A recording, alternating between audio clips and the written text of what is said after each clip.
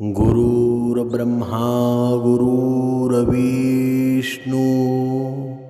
गुरुर्देव महेश्वरा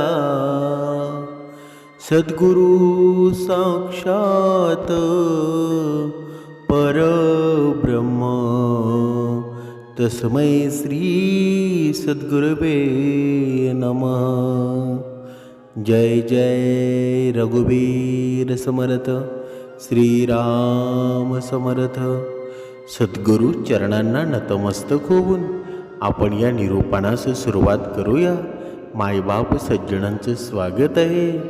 पहा, आज आपण पाहणार आहोत की मनुष्यानं आहे ना भगवंताकडे नक्की मागावं काय। समर्थांनी सांगितलेलं आहे ना, मनुष्याला भगवंताकडं काय मागावं हे जेव्हा कळेल ना तेव्हा बऱ्याच प्रश्नांची उत्तरं त्याला मिळतील। समर्थांनी सांगितलेलं आहे ना, समर्थ या मनाला सांगतात की मनुष्याने भगवंताकडे काय मागितलं पाहिजे बरं। हे सद्गुरू, मला प्रेमानं भरलेले डोळे दे, श्रद्धेनं झुकणारं मस्तक दे, मदत करणारे हात दे, सतत चांगल्या मार्गावर चालणारे पाय दे, नामस्मरण करणारं मन दे आणि अंतिम श्वास तुझ्या चरणाशी विसावू दे। पण आपण असं कधी मागतो का बरं? बघा, विचार करा, तुमच्या जीवनात सुद्धा भक्ती घडते। 10-10, 20-20 वर्ष झाली या भक्ती मार्गामध्ये तुम्ही आहात, पण असं मागणं कधी तुम्ही मागितलेलं आहे का बा? तुम्ही विचार करा, जोपर्यंत तुम्ही विचार करत नाहीत ना तोपर्यंत काहीही नाही। अडचणी कितीही येऊ द्या, पण प्रारब्धात पुढे कोणीही जात नाही ना। त्यामुळे लक्षात ठेवा, वादळात दिवा लावण्याचे स्वप्न बाळगा, नियती मदत केल्याशिवाय राहणार नाही। पण आपले कर्म तसे असतील ना तसंच आपण होऊ ना, नाहीतर तसं होऊ का बरं? म्हणून आयुष्यामध्ये आहे ना, भगवंताकडे काही मागू नका। भगवंत आहे ना आपल्याला त्यापेक्षा जास्त देणार आहे। पण मनुष्य मात्र ही सवय सोडतो का बरं? कधीच सोडत नाही। समर्थांनी सांगितलेलं आहे ना, मनुष्य नुसता त्यासाठी चिंतेमध्येच असतो ना। समर्थांनी सांगितलंच आहे ना, म्हणजे वागावं कसं, बोलावं कसं, देवाकडं काही मागावं हे जेव्हा मनुष्याला समजेल ना तेव्हा सर्व गुण संपन्न होईल। तुमच्याकडे हवं ते येईल, म्हणजे तुम्ही समृद्धच व्हाल ना। पण तुमचा मीपणा सोडून सर्व करा। तुमच्या जीवनामध्ये असलेला अहंकार सोडून करा। या जीवनामध्ये हे सर्व मी केलो, माझ्याशिवाय काही होणार नाही, ही मनातली भावना आहे ना ती अगोदर काढून टाका। तुम्ही एकही झाड लावू नका, ते आपोआप उगवतात। तुम्ही फक्त ती तोडू नका। तुम्ही कुठलीही नदी स्वच्छ करू नका, ती प्रवाही आहे, ती स्वतः स्वच्छ असते ना। तुम्ही फक्त तिच्यामध्ये घाण टाकू नका। तुम्ही शांतता प्रस्थापित करण्याच्या नादामध्ये लागू नका। सर्वत्र अगोदर शांतता आहे, अगोदर आहे ना हे जीवन शांततेचंच आहे। तुम्ही फक्त द्वेष पसरवू देऊ नका। तुम्ही प्राणी वाचवण्याचा प्रयत्न करण्याची गरज नाही, ती क्षमता निसर्गामध्ये आहे। फक्त त्यांना तुम्ही मारू नका आणि जंगले जाळू नका। तुम्ही माणसं काही व्यवस्थित करण्याचा प्रयत्न करू नका। सर्व व्यवस्थित आहे, फक्त तुम्ही स्वतः व्यवस्थित व्हा। आता होतं काय, आपण वाईट कृत्य करतो आणि आपणच व्यवस्थित करण्याच्या मार्गाने जातो ना। म्हणजे भगवंताने आपल्याला काय सांगितलेलं आहे बरं? मी जी सृष्टी निर्माण केलेली आहे ना ती सर्व काही व्यवस्थित आहे, तुम्ही त्यामध्ये बेदखल करू नका। म्हणजेच तुम्ही जर बेदखल केली ना तर ते वाईटच होणार आहे। थोडक्यात भगवंताने निर्माण केलेली सृष्टी आहे ना ती अगोदरपासूनच सुंदर आहे। फक्त मानव तिथे गेला आणि तिथे अस्ताव्यस्त करून आला ना। म्हणून मनुष्यानं आहे ना आपल्या जीवनामध्ये सुव्यवस्था निर्माण करावी, आपल्या जीवनामध्ये निर्मलता निर्माण करावी। पण तुमची काही अव्यवस्थित कार्य असतात ना, त्यामुळे संपूर्ण जीवन अस्ताव्यस्त होतं ना। तुम्ही एक कधी विचार केला आहे का, जेव्हा आपण मंदिरामध्ये जातो ना, तेव्हा आपल्याला प्रसन्न का वाटतं बरं? आपल्या जीवनामध्ये कितीही अशांतता असो, कितीही दुःख असो, जेव्हा आपण भगवंताला पाहतो ना, तेव्हा सर्व दुःख गेल्यासारखं वाटतं. आपल्या जीवनामध्ये अशांती असेल ना, तर लगेच शांती येते. पण त्यासाठी जेव्हा आपण भगवंताच्या दारामध्ये जातो ना, भगवंताच्या चरणाशी नतमस्तक होतो, तेव्हा जर आपण कर्म चांगले केलेले असतील ना, तर आपल्याला एवढी शांती निर्माण होते ना, आपलं पूर्ण आयुष्य शांत झाल्यासारखं वाटतं.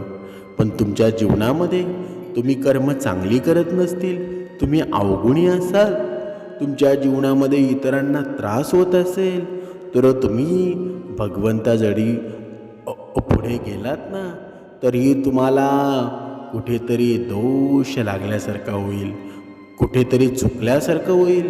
कारण तुम्ही आतून पूर्ण तुटलेला असताना तुम्ही भगवंताशी गद्दारी केलेली असते. ज्याप्रमाणे आपण पंढरीला जातो ना, बघा तुम्हाला तो अभंग माहिती असेल. चला हो पंढरी जाऊ, चला हो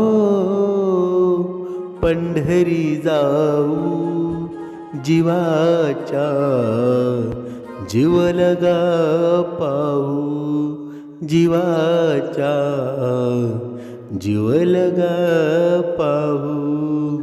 बघा एवढा सुंदर अभंग आहे ना, मनाला सुद्धा खूप प्रेरणा देऊन जातो. चला पंढरी जाऊ, जीवाच्या जीवलगा पाहू. हा भगवंत जीवलगच आहे ना. जेव्हा भगवंताचं दर्शन आपण घेतो ना, तेव्हा खूप आपल्या जीवनामध्ये बळ येतं. आपल्या जीवनामध्ये असं वाटतं की खरंच हे जीवन किती सुंदर आहे. या जीवनाचा खरा अर्थ आहे ना, भगवंताला पाहून आपल्याला कळतं. सर्व दुःख आपण विसरून जातो. पण मगाशी सांगितल्याप्रमाणे आपण जर कर्माने असू ना, तर भगवंत आपल्यावर कृपादृष्टीसुद्धा टाकून देतो. पण आपण कर्माने श्रेष्ठ असू तेव्हाच होईल ना, नाहीतर होईल का बरं? कधीच होणार नाही. आपण आयुष्यभर किती कमावलं ना, तर ते खालीच राहणार आहे ना. कोणी बरोबर नाही घेऊ शकत. अगदी बरोबर आहे. खरंच आपण सर्व इथे ठेवून जाणार आहोत, पण तरीही खाली आहे ना. तोपर्यंत जगण्यासाठी काही लागतंच ना. आपल्याला प्राथमिक गरजा, काही हाऊस मौज, ऐश आरामाची काही गोष्टी, या पैसे लागतातच ना. गरजेपेक्षा जास्त कमवण्याच्या नादामध्ये आपण जीवनाचा आनंद घ्यायचा विसरून जातो. आपले कुटुंब, नातलग, परिसर इकडं आपलं काही लक्ष नसतं. माणुसकीनं वागायचं सुद्धा आपण विसरून जातो. जीवनात जे कमवायचं होतं ना, ते राहूनच जातं. तो आनंद गमावला असं शेवटी जाताना म्हणायची वेळ येते. म्हणजे आपला मृत्यू होण्याची वेळ येते. आणि सर्व तेव्हा आठवायला लागतं की मी हे करायला पाहिजेत होतं, माझ्या आयुष्यामध्ये हे व्हायला पाहिजेत होतं, पण आता तर माझा मृत्यू जवळ आलेला आहे. मी आता काय करू बरं? आपल्याला हे सर्व आठवायला सुरुवात होते आणि आपण रडायला लागतो ना. घरची माणसं म्हणतात की हा रडतोय का, तुला काही जास्त होतंय का बरं? पण त्याला काही जास्त होत नाही. त्याला सर्व काही आता आठवायला लागलं. पुढे यम दिसतात, भगवंत त्याला दिसत नाही. काळे भोर यम असतात आणि त्याला घेऊन जायला आलेले असतात ना. त्याची घाबरगुंडी होते. सर्वकडे त्याला अंधार दिसतो बघा. आणि आपण रडायला लागतो ना की नक्की या माणसाला होतंय तरी काय? पण त्यांची अवस्था आहे ना, जेव्हा तुझे हातपाय चालते होते ना, तेव्हा तू नामस्मरण घेतला असतं ना, तेव्हा अशी अवस्था झाली असती का बरं? म्हणून सर्वांना सांगणं आहे, मृत्यूनंतरचा काळ खूप अवघड आहे. म्हणून आता आपण भगवंताची सेवा करायला हवी, भगवंताचं नामस्मरण करायला हवं. बघा तुम्हाला आता मी रामायणामधला सुंदर प्रसंग सांगतो की तो प्रसंग ऐकल्यावर आहे ना, जो मनुष्य चुकतो ना, जो मनुष्य खोटा बोलतो, त्याला त्याचा परतावा करावाच लागतो, त्याला ते भोग भोगावेच लागतात.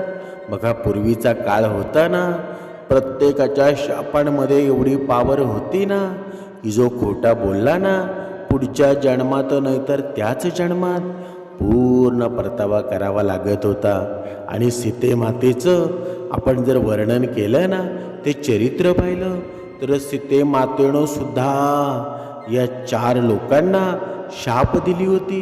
आणि का दिली होती ना, आता ते आपण पाहणार आहोत. माता सीता आणि श्रीराम राजा दशरथ यांच्या मृत्यूनंतर पिंडदानासाठी बिहारमध्ये असलेल्या बोधगयेमध्ये पोचले ना, त्यावेळी अशी घटना घडली की त्यामुळं माता सीतेनं 4 लोकांना असा शाप दिला ना, ज्याचा प्रभाव आजही पाहायला मिळतो. म्हणून आजच्या निरूपणामध्ये आपण हे पाहणार आहोत ना, असे कोणते 4 लोक आहेत जे माता सीतेनं दिलेला शाप आजही भोगत आहेत. या बोधगयेला पोचल्यानंतर भगवान श्रीराम आणि लक्ष्मण पिंडदानाचे सामान घेण्यासाठी गेले, पण दोन्ही भावांना यायला उशीर झाल्यामुळं पिंडदानाचा वेळ निघून जात होता. तेव्हा अचानक राजा दशरथानं सीतामातेला दर्शन दिलं आणि पिंडदान करायला सांगितलं. राजा दशरथ म्हणाले, मला भूक लागली आहे. तेव्हा माता सीता म्हणाली, राजा दशरथने त्यांची मुलं येईपर्यंत वाट पाहिली पाहिजे, त्यामुळं तेही दान करू शकतील ना. पण राजा दशरथ यांनी वाट पाहायला नकार दिला. माता सीतेला फल्गू नदीच्या किनाऱ्यावरील वाळूपासून पिंड बनवायला सांगितलं. त्यामुळं भगवान श्रीराम आणि लक्ष्मण यांच्या येण्यापूर्वीच माता सीतेनं विधीपूर्वक पिंडदान केलं. त्यावेळी तिथे ते 5 साक्षी होते ना, त्यामुळे जे माता सीतेला पिंडदान करताना पाहत होते ते म्हणजे, एक म्हणजे वडाचं झाड, दुसरं म्हणजे फल्गू नदी, तिसरं एक गाय होती, चौथे एक तुळशीचं रोप होतं आणि 5वा एक ब्राह्मण होता. जेव्हा भगवान श्रीराम आणि लक्ष्मण परत आले आणि माता सीतेला पिंडदानाविषयी विचारलं ना, तेव्हा माता सीतेनं वेळेचं महत्त्व सांगून म्हटलं की मी पिंडदान केलं आहे. आपल्या बोलण्याचा पुरावा देण्यासाठी माता सीतेनं तिथे असलेल्या 5 जणांना साक्षी ठेवलं. त्या 5 जणांना सांगितलं, पण वडाच्या झाडाशिवाय सगळे तिथे खोटे बोलले. नदी, गाय, तुळस, ब्राह्मण म्हणालं की माता सीतेनं पिंडदान केलं नाही. तेव्हा स्वतः राजा दशरथ यांच्या आत्म्यानं भगवान श्रीराम आणि लक्ष्मण यांच्यासमोर या गोष्टींचा स्वीकार केला की सीतानं विधीपूर्वक त्यांचं पिंडदान केलं आहे. तेव्हा माता सीतेचे ते सत्य सिद्ध झालं ना. ही गोष्ट इथे संपत नाही. माता सीतेनं त्या 4घांना शाप दिला. पहिला म्हणजे फाल्गुना नदीला शाप दिला की गयेमध्ये नदी फक्त पृथ्वीच्या खालून वाहत राहील आणि वरून नेहमी कोरडी राहील. आणि आज सुद्धा ती नदी आहे ना, ती खालून आहे आणि वरून कोरडी आहे. दुसरा शाप दिला तो गायीला की गायीची प्रत्येक घरामध्ये पूजा केली जाईल, पण तरीही तिला उष्ट अन्न खावं लागेल. तिसरा शाप दिला तुळशीला की गयेमध्ये कोणतंही तुळशीचं रोप असणार नाही. बघा, तुम्ही गया शहरामध्ये कधी गेला ना, तिथे कधीही तुळशीचं रोप तुम्हाला सापडणार नाही. चौथा शाप म्हणजे ब्राह्मणाला शाप की गयेचे ब्राह्मण कधीही संतुष्ट राहणार नाही आणि नेहमी दरिद्रेमध्ये जगतील ना. शेवटी माता सीतेनं वटवृक्षाला वरदान दिलं, जो कोणी गयेमध्ये पिंडदान करण्यासाठी येईल तो वटवृक्षाला सुद्धा पिंडदान करेल. अशा प्रकारे माता सीतेचा शाप तिथे उपस्थित असलेले 4 साक्षी आजही भोगत आहेत. म्हणजेच आपल्या जीवनामध्ये केलेली चूक असेल ना, आपल्या जीवनामध्ये बोललेलं खोटं असेल, हे कधीच लपत नाही. त्याचा परतावा आपल्याला, ते भोग आपल्या जीवनामध्ये येतात ना, आपल्या जीवनामध्ये दुःख येतात ना, आणि मग आपण म्हणू लागतो, मी एवढी भक्तिमार्ग करतो, मी एवढं भगवंतासाठी काही काही करतो ना, तरीही माझ्या जीवनामध्ये दुःख काय येतं बरं? कारण तू मागच्या जन्मामध्ये कुणाच्या तरी जीवनामध्ये दुःख दिलेलं आहेस. मागच्या जन्मामध्ये तुझ्या जीवनामध्ये खूपच दुसऱ्यांच्या जीवनामध्ये दुःख देऊन तू सुख घेतलेलं आहेस.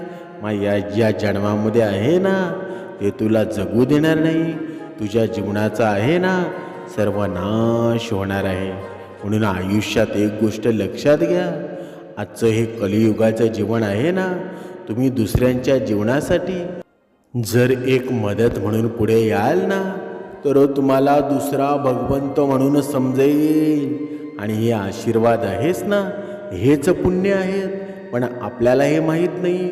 आपण फक्त कुणाला मदत करतो आणि मंदिरापुढे सर्वात मोठं नाव टाक असं म्हणतो. हे पुण्यामध्ये जाईल का बरं? हे दानामध्ये जाईल का बरं? अजिबात कधी जाणार नाही. तुम्ही कितीही विद्वान असाल पण तुमच्यामध्ये जर अहंकार असेल ना तर त्याचा काहीही फायदा नाही. समर्थांनी मनाच्या श्लोकांमध्ये सुंदर वर्णन केलेलं आहे. जणी हित पंडित सांडित गेले, अहंता गुणे ब्रह्म राक्षेस झाले.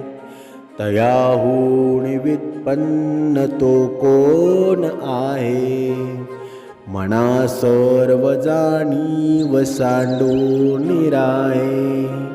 म्हणजे मोठमोठे विद्वान आहेत ना, या अहंकारामुळे आत्मकल्याण साधू शकले नाहीत.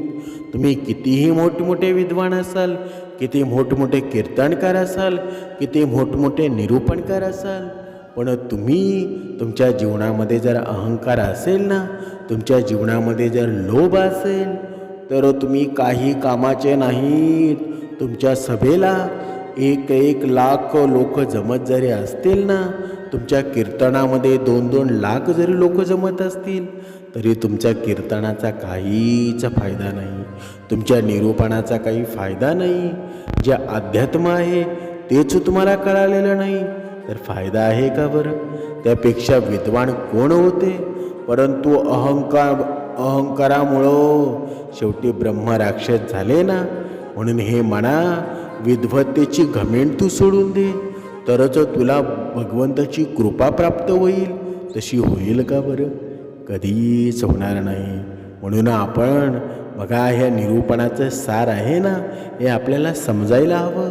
आपण पाहत होतो मनुष्य आणि भगवंताकडे नक्की मागावं काय? जर अहंकार सोडून, लोभ सोडून नम्र जर झाला ना आणि भगवंताला सांगितलं, माझ्या आईबापावर खूप प्रेम कर, माझ्या आईवडिलांना चांगलं ठेव, तुम्हाला जगामध्ये हवं ते मिळेल. भगवंत आहे ना, साक्षात आपल्या आईबापच आहेत ना, त्यांच्यावर भरपूर प्रेम करा. त्यांच्या जीवनामध्ये कधी दुःख येऊ देऊ नका. तुम्हाला हवं ते मिळणार आहे. पण हा मनुष्य आहे ना, भगवंताला कारण का देतो बरं? माझा संसार आहे, माझी बायका मुलं आहेत, मला त्यांच्यावर लक्ष देताना माझा वेळ जातो, माझ्या कामामध्ये माझा वेळ जातो. मी आईबापाकडे लक्ष देऊन माझा घर संसार चालणार आहे का बरं? पण समर्थांनी सांगितलेलं आहे ना की तुझ्या आईबाप जर तुझ्याजवळ असतील ना, आईबापांचा एक आशीर्वाद आहे ना, तुझ्या कामापेक्षा कितीतरी मोठा आहे. बघा, तुम्ही बहिणाबाईंची एक कविता ऐकलेली असेल. अरे संसार संसार जसा तवा चुलीवर, आधी हाताला चटके मग मिळते भाकर. हा संसार आहे ना, नक्कीच हा क्लेशदायक आहे. पण या संसारामध्ये आहे ना, या क्लेशामध्ये लपलेला आहे माझा भगवंत. या चिखळामध्ये आहे ना, तुम्हाला कमळ शोधायचं आहे. आणि हे कमळ आहे ना, हे कमळ माझा भगवंत आहे. त्या भगवंताला जर तुम्ही खुश ठेवलं ना तर सर्व काही मनासारखं होईल. म्हणून तुम्ही एक साईडला भगवंताची उपासना करता, पण एक साईडला आईवडिलांचा द्वेष करता, तर तुमच्या उपासनेचा काही फायदा आहे का बरं? अजिबात नाही. आपण इतरांना सांगतो आईवडिलांची सेवा करा आणि आपल्या आईवडील वृद्धाश्रमामध्ये आहेत, हे असं चालणार आहे का बरं? आपण ज्यावेळी दुसऱ्यांना शिकवतो ना त्यावेळी ते आपल्याकडं असणं गरजेचं आहे. म्हणून भगवंता पुढे काही मागायचं असेल ना फक्त एवढंच मागा, मी माझ्या आईवडिलांना सुखाचा ठेवणार आहे आणि तुम्हीसुद्धा मला चांगलं कार्य करण्याची माझ्या या शरीरामध्ये उमेद द्या. माझं हे मन आहे ना ते वाईट गोष्टींना भुलू नये, नेहमी तुमच्या चरणाशी राहू द्या. जय जय रघुवीर समर्थ.